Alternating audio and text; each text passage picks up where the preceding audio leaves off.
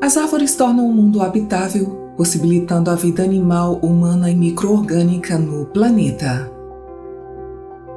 Como todos os outros organismos, as árvores são o resultado de duas forças opostas da energia metafísica que, devido ao seu movimento invisível, determinam a sua forma, estrutura interna e tempo de vida.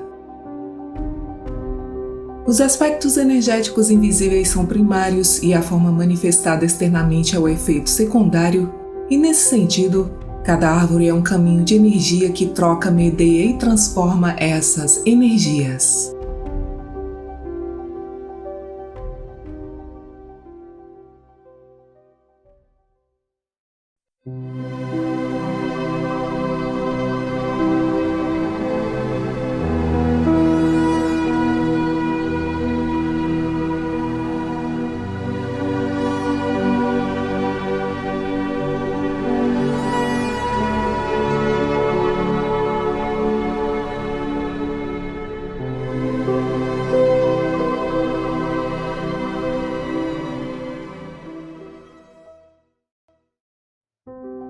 As árvores são essenciais para o habitat e são as maiores e mais duradouras plantas do planeta. Elas são criaturas vivas que comem, descansam e até fazem circular o seu sangue, e assim como tudo que vemos ao nosso redor, as árvores são um revestimento externo do caminho da energia formativa.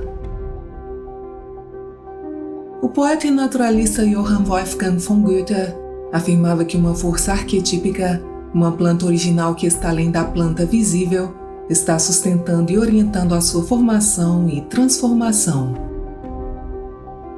O reino arquetípico é o reino da fonte metafísica, o reino interno dinâmico, um campo vibrante de forças formativas a partir do qual tudo floresce. Goethe descobriu que havia dois aspectos nesse poder ordenado, mais produtivo: a intensificação e a polaridade. A polaridade envolve a interação dinâmica e criativa de opostos, as forças alternadas de expansão e contração e há 6 estágios nesse processo em um órgão singular de uma planta.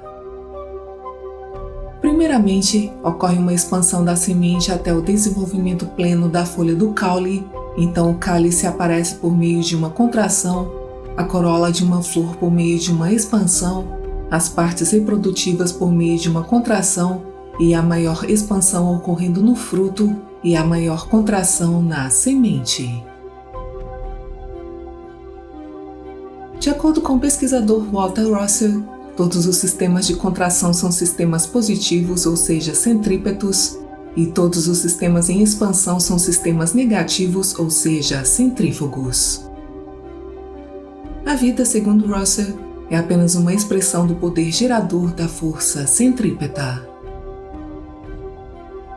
O magnetismo e o eletricismo são as duas formas opostas da energia metafísica que regulam a vida e a morte que habitam em todos os sólidos, líquidos e gases. A forma superior do magnetismo é o biomagnetismo, assim como a bioeletricidade é para o eletricismo. Ambos são as funções subordinadas de duas magnitudes energéticas metafísicas, o levitismo e o gravitismo, que reinam supremas sobre o surgimento e o desaparecimento. Como todos os outros organismos, as árvores também são produtos de forças eletromagnéticas, suas várias formas refletindo o equilíbrio particular entre essas duas forças opostas. A forma, estrutura interna e tempo de vida de uma determinada árvore também dependem do movimento invisível dessas energias em seu habitat natural e são moldados pela interação da gravitação e da levitação. Segundo o pesquisador Victor Schauberger, se não houvesse a levitação, as árvores apenas se espalhariam horizontalmente sobre o solo em uma massa verde amorfa. Porém, elas se erguem para o céu e o fazem em resposta a outra força operando na direção oposta, uma força vital, a energia aceleradora e edificante, o diamagnetismo, a força centrípeta. Como as forças da levitação aumentam conforme a gravidade enfraquece com a altitude, À medida que progredimos em direção a latitudes mais altas ou a altitudes mais altas, ou a uma combinação das duas, as árvores assumem gradualmente uma forma diferente e mais vertical, refletindo esse caminho da energia ascendente. Os aspectos energéticos invisíveis são primários e a forma manifestada externamente é o efeito secundário. Cada árvore é um caminho de energia que troca, medeia e transforma as energias carregadas negativamente da Terra, que é essencialmente um sistema feminino receptivo, e as energias carregadas positivamente da atmosfera e do Sol, o sistema masculino, à medida que cada um penetra nos sistemas da coroa e da raiz, dos quais as energias fluindo para cima e para baixo são aproximadamente da mesma ordem de magnitude, mas com polaridades opostas. A maneira como essas energias polarizadas da Terra e do Sol interagem se alternam entre a atração e a repulsão, o que gera uma pulsação que varia de acordo com a estação do ano. No inverno, quando a energia do Sol tem mais luz azul e ultravioleta e a Terra é passiva, com temperaturas baixas na luz solar fria do inverno, a vegetação fica adormecida e grande parte da vida animal hiberna. É então que a fertilização, a reprodução e o crescimento são mínimos, mas as energias solares continuam a penetrar profundamente na Terra para despertar as energias femininas embrionárias que estão muito abaixo da sua superfície. Na primavera e no verão, entretanto, quando a radiação do Sol se torna relativamente mais forte, o equilíbrio entre o ultravioleta e o infravermelho muda para a extremidade vermelha do espectro. Isso desperta a Terra, cuja energia interage com a energia de alta frequência do Sol, produzindo um terceiro tipo de energia, que é o crescimento dinâmico. Nas árvores, este crescimento ocorre primeiro para baixo em direção às raízes e corresponde à primeira ação independente, a primeira respiração inalada, por assim dizer, que após o nascimento de um ser humano é também o primeiro ato vital. Aqui, como em todos os lugares, é o invisível que carrega o visível, já que a base invisível deve primeiro ser desenvolvida para permitir que a manifestação visível posterior ocorra.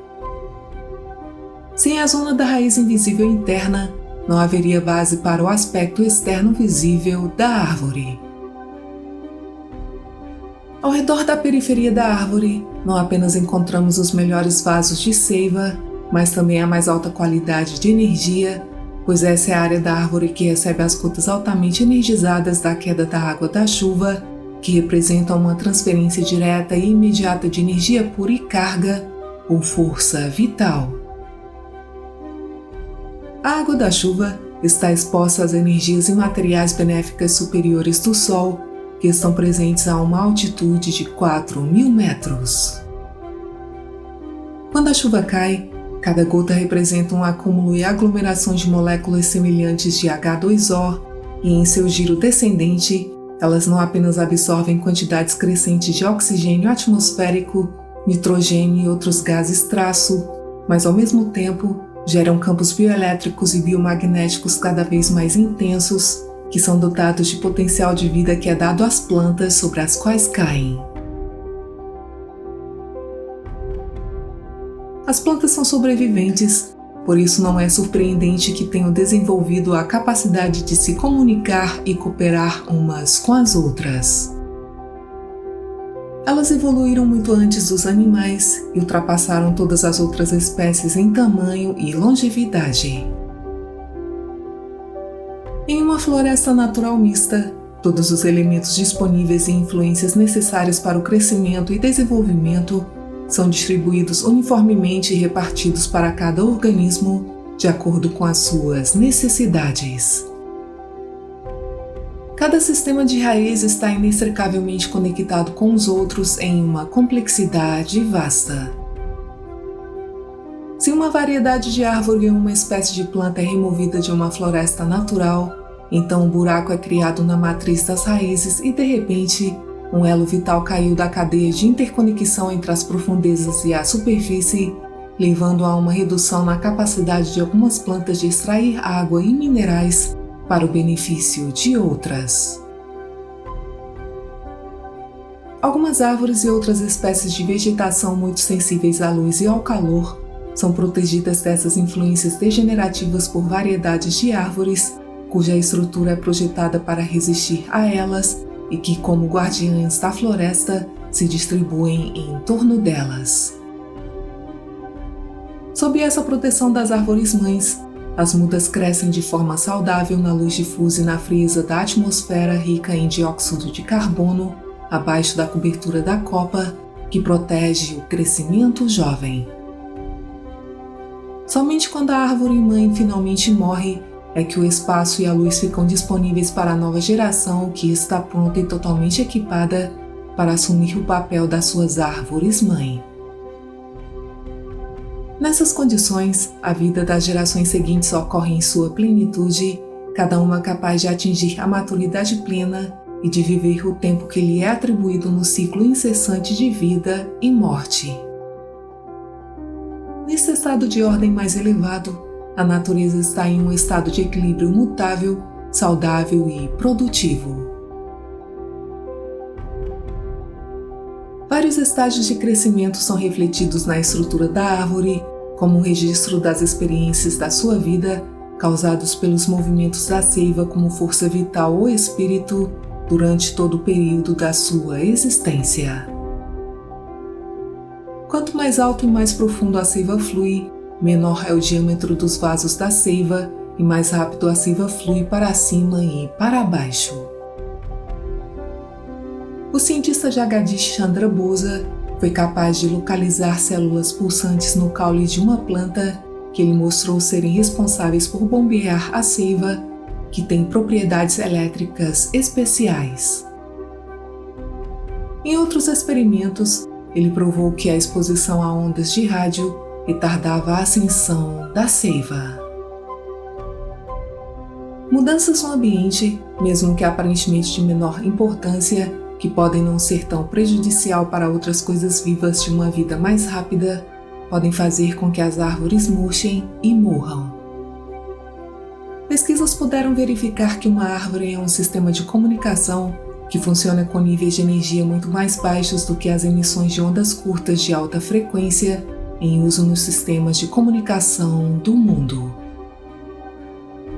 Quando uma árvore é sobrecarregada com sinais mais fortes, por exemplo, então todo o sistema de comunicação interna e organizacional torna-se incoerente. As árvores tornam o mundo habitável, pois se não houvesse árvores não haveria vida animal, vida humana ou vida micro-orgânica neste planeta. Por meio do processo da fotossíntese, elas expiram o oxigênio de que precisamos para existir, porém quando o nível de luz cai ou a presença de todo o espectro de luz está ausente devido à poluição atmosférica, então o crescimento, a fotossíntese ou a criação de clorofila diminui e menos oxigênio é transformado e liberado na atmosfera. Uma árvore de 100 anos processou e fixou no curso de sua vida a quantidade de dióxido de carbono contido em 18 milhões de metros cúbicos de ar natural, na forma de cerca de 2.500 kg de carbono puro, converteu fotoquimicamente 9.100 kg de dióxido de carbono e 3.700 litros de água. Disponibilizou para a respiração humana e animal 6.600 kg de oxigênio molecular e, contra as forças da gravidade, retirou das suas raízes até o topo e evaporou para a atmosfera pelo menos 2.500 toneladas de água.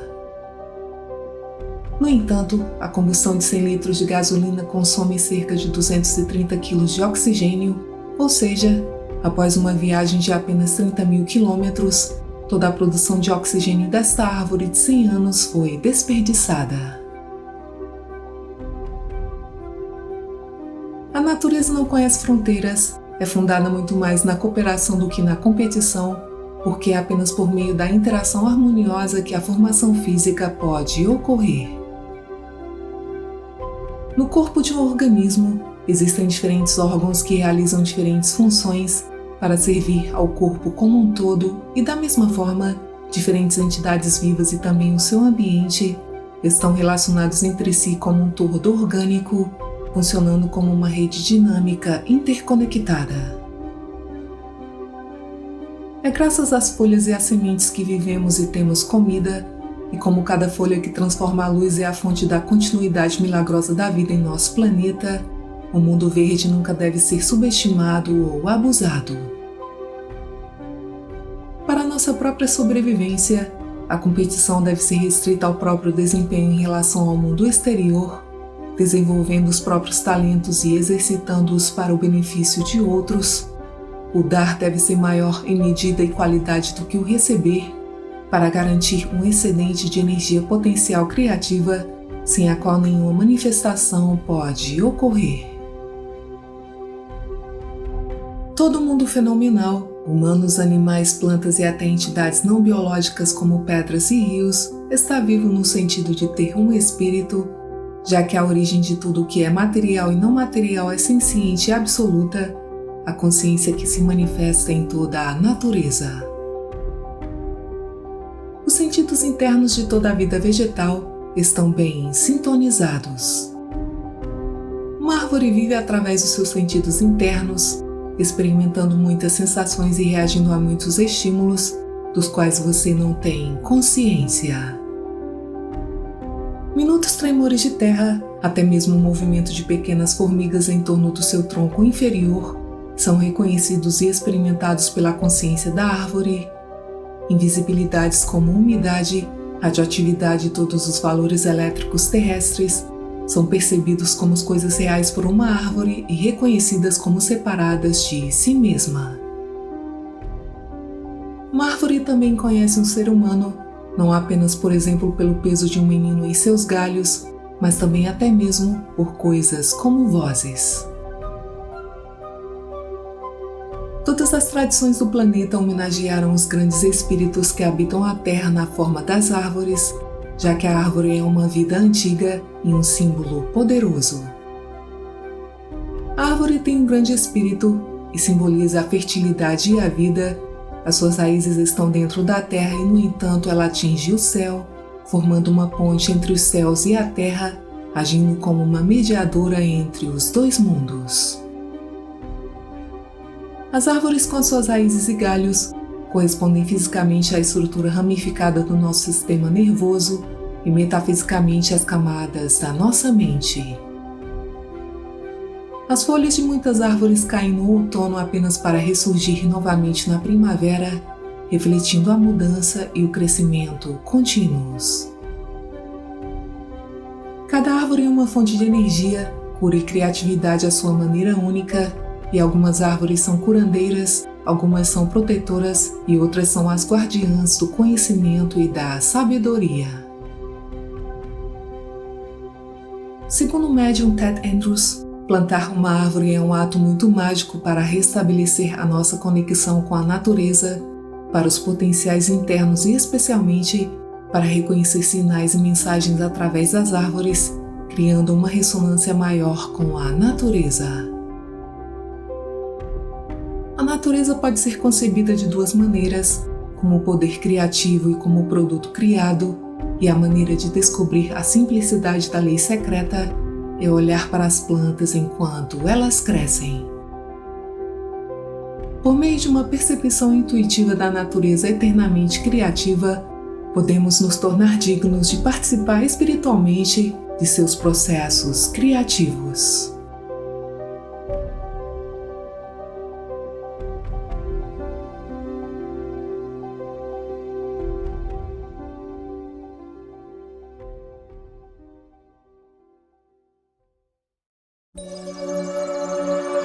Obrigada por assistir, muita paz, muita luz e até o próximo vídeo.